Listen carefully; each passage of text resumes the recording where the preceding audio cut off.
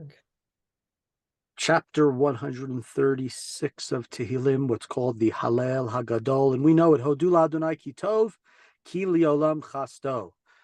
Maybe you guys should respond to that every time to me. No, you don't have to praise for God because his love or his kindness is eternal. The chapter 135 and 136 shared a lot of similarities. A lot of the themes that are in them are going to be the same. But one of the things that is different about the two chapters is that Hallel Hagadol seems like it's a response. It's one where it's one where the sort of the leader, whoever that is, will say something and then everybody else will respond back. That's this chapter as opposed to the other one. So let's see some of the themes. Hodul Elohei Elohim, Kili Olam Chasto, praises God of gods. His love is eternal. Hodul Adonai Hadonim, Kili Olam Chasto, praises God, Lord of the right, God of the gods. Again, his chesed, his kindness is eternal. Lo sen niflot gedolot levado, Kili Olam Chasto, sort of right, who alone works great marvels, monotheism, only God is the one who's making these great miracles. And of course, everybody responds, his love, his kindness is eternal. He made the heavens with wisdom. He spread the earth over the water. Who made the great lights? Of course, we know originally where the group calls the great lights, but of course, there's the great light is the sun, and the lesser light, that is just, of course, a reflector, is the moon. Et Hashemesh pasuk 8 limshalit bayom kilulam chasto v'tayarech v'kochavim limshalot balayla kilulam chasto. The sun for the day, his kindness is forever. The moon and the stars at night, his kindness is forever. And at verse 9 now, we end sort of the first part of this chapter. And this is a universal theme. Right? This is hearkening back to creation. It's things that happen and impact the rest of the world, everybody. And then we move to our history. He struck down Egypt, their firstborn, and brought Israel from amongst them, with a strong hand and outstretched arm. He split apart the sea of reeds. And then Israel went through it. Israel passed through it. Pharaoh and his army were thrown into the Sea of Reeds. But once we were taken out of Egypt, he also led us through the desert, through the wilderness. He struck down the great kings. And he destroyed the mighty kings. What's the difference between great and mighty? And who are these kings? The kings on the eastern bank of the Jordan River, Sichon and Og, who were defeated by Moshe prior to his death. Their lands, the lands of Sichon and Og, became the territory of the 2.5 tribes that remained on the eastern bank of the Jordan River. They became the territory of his servant, of the people of Israel. Who took note of us in our times where we were shafel, in our times when we had problems, when things were not so good. His kindness is forever. What does this refer back to? So those who say it refers back to Egypt.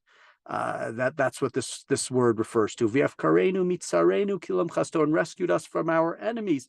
Kiliolam chasto. And so at this point we sort of finish these 15 verses, 10 through 24, where we move from the universal to the particular, to the Jewish people. That's what we have done at this point in time. Right? It's mitzarenu, our enemies he rescued us from. Took note when things were bad for us. He saved us from Egypt. He brought us through the desert, etc., etc. 25 reverts back to like the beginning. Notein lechem lechol basar kilu olam chasto, and 26 as well. Hodu la'el hashamayim kilu olam chasto, God who gives food to all flesh. And everybody answers kilu olam chasto, and God, praise the God of the heaven. And everybody responds, Kili olam chasto, his steadfast love is eternal, or his kindness is eternal. And what's interesting here, what we have in this chapter, well-known chapter, of course, said every Shabbos morning, we stand up for it, referred to as Hallel Hagadol, is we have this interesting thing where it goes universal, particular, universal. God is the creator. At the end, God is the provider for all, gives food for everybody. But in the middle, the specific relationship with the Jewish people. And that's one of the themes of Jewish life. And that's one of the things that are very significant about Jewish life. I think Rabbi Sachs wrote about the importance of it, how, unlike other religions, we don't believe in Judaism taking over the world. The first 11 chapters, first beginning of Bereshit, are not about the Jewish people. It's about the world. It's about God as the God of all of creation. For whatever reason, beyond the scope of today, God decides to choose one nation to follow his laws, that being the Jewish people. But the end of days, if we think of the end of days, we think of the visions of the end of days, what are they going to come back to? It's going to be a world that is united, everybody together. And not everybody being Jewish per se. Yes, our God will be known. Our God will be respected. Our God will be worshipped. Maybe the people will stream, as it says in Yeshaya chapter 2, to Jerusalem to worship the God. But humanity will be united with one God, but not necessarily all, again, not all Jews.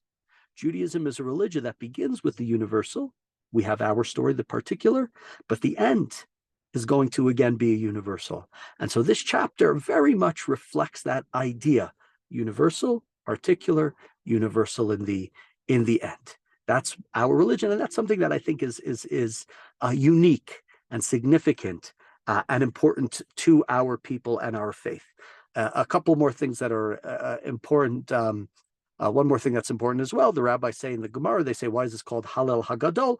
And the answer that they give is that this is called Hallel Hagadol because in it talks about God. It talks about God providing food to everybody, to all of the nations of the world.